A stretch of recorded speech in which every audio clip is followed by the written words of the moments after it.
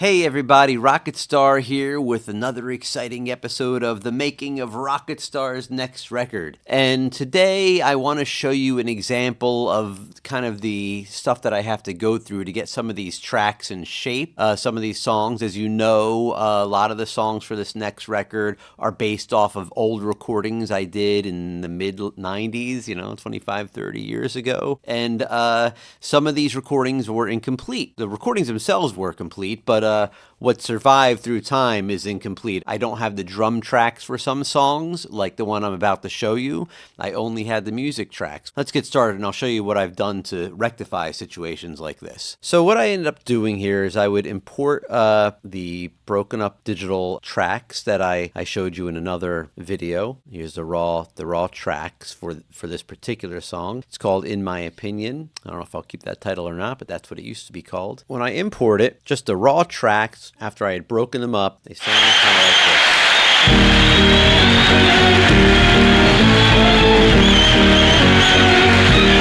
this. Sounds like a mess, right? Yeah, it does, because it's just sort of raw tracks imported in, no mixing, nothing like that. And this particular song has a lot of different sounds on it. It has horns, it has strings, it has piano, it has a slide guitar, or not slide guitar, but actually a lap steel.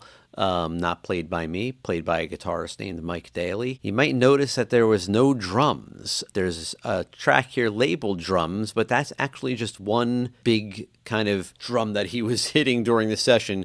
Sounds like this. There it is. Yeah. Because it's kind of a very orchestral song, so we kind of gave it kind of a marching band feel with that. And AI has sort of labeled these tracks for me. You can see here's some strings. There they are. Here's some more strings. Oh, that one it labeled strings, but you can hear it's actually a tuba. Hear that? Kind of neat, right? Let's see. Oh, there's that tuba again. That one's strings. That's a trumpet. And that's audio signals. This particular song has crowd noises in it. Because it's supposed to be sort of like, I don't know if it's like just a demagogue or dictator or whatever, kind of delivering his speech to the crowd, or wannabe dictator. So, yeah, has that in it. Yeah, it's a fairly complex track. Has to be mixed clearly, but there are no drums. Now, there's two ways I could approach this.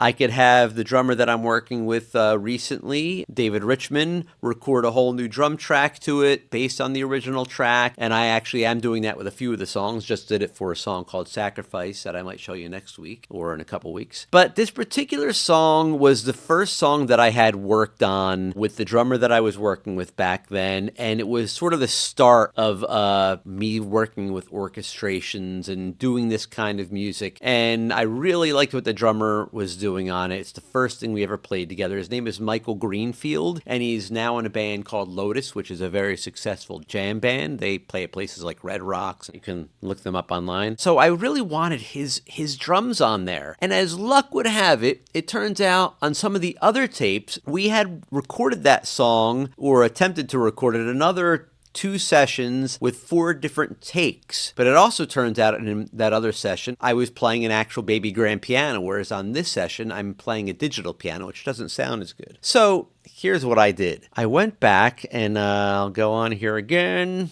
Let's see, we're going to import. I already broke up those tracks. This drums and scratch piano. Here we go. There's the drums and scratch piano. They're importing, and there they are. They're imported. Oh yeah, there we go. So I'm going to solo them so you can hear. Let's solo all those tracks. Let's take it from here. Actually, you can hear them sound together.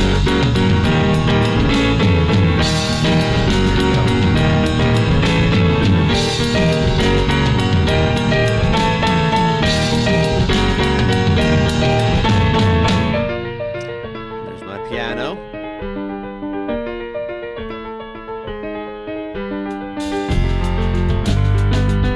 Like his feel on this song and all these little things that he's doing. So yeah, I really like his feel on this song and all these kind of little things that he's doing on it. And I can show you, we did 3 takes. Here's another take right here. You can hear him counting. So I went through these takes and I decided which one I thought his playing was most interesting on and my piano playing was half decent on at least. I had to then take it apart. I had to basically go through and cut a whole section. You can see actually the 3 takes right here visually. Here's one take. Here's the second take. Here's the third take. I didn't bother with the take from the first session because the first session we were still so new playing with each other. I don't think the drum part was quite as good as on these takes. But here's the problem. This is not recorded to a click. Neither was the other session. So I basically have to retime everything to each other to make whatever drum. I think I used the third drum takes here.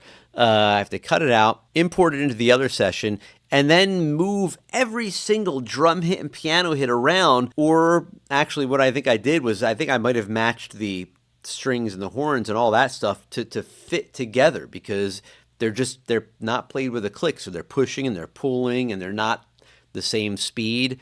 And I'll show you that right now, the session that I did that in, because this was just an example session that I set up. I've already did this a couple of weeks ago.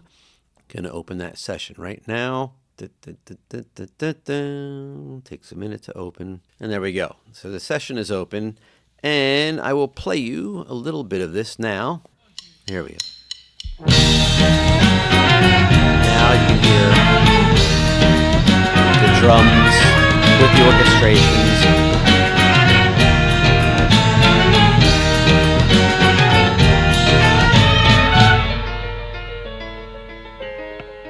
Let a little more of it play. You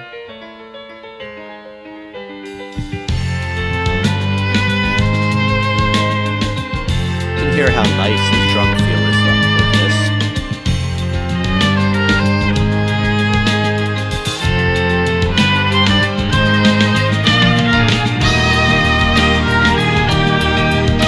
Now, this is not in any way mixed, clearly. It's very rough, but you can hear how now the tracks, they're lining up. The drums sound like they were played along with the rest of the music, even though they weren't. They were actually recorded probably a year apart at a minimum. But I will show you really quick here. Let's see, let's go up to the drums. I'm going to take all the drums here, and let's see.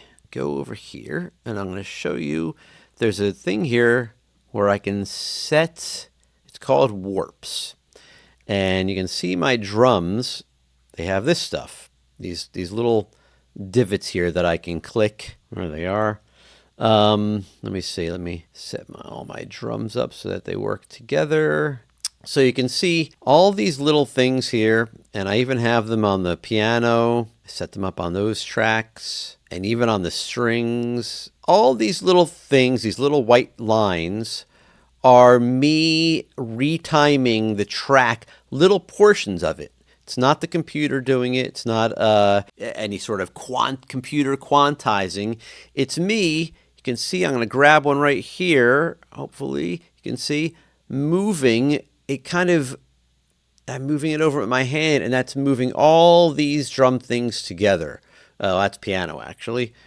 Let's try it with the piano. There's the piano track. If I make one of these little white lines here and kind of just move it over, listen how off time the piano track sounds. Then, kind of weird, right? Anyway, I had to line up each of these beats with everything on the drums and everything on the strings and the horns. I didn't want to use computer quantizing because that makes everything sound stiff and stale and robotic. I really hate computer quantization in timing. But with me kind of using my ears and kind of going by the flow of the original drum take and just moving everything to sound with that, you get a much, much more fluid sound. And you're able to make it sound like all these tracks were meant to be playing together. Just like this.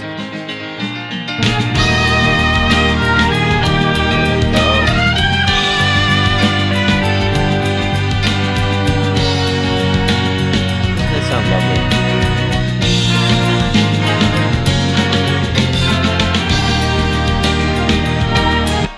So that's showing you how what the work I've got to do to sort of get some of these tracks in shape before I can even think about recording the vocals, mixing, adding other parts to them. A lot of these songs, song like this already has the orchestration, but a lot of the other songs, the new songs especially, I have to write the orchestrations for still and record the orchestrations.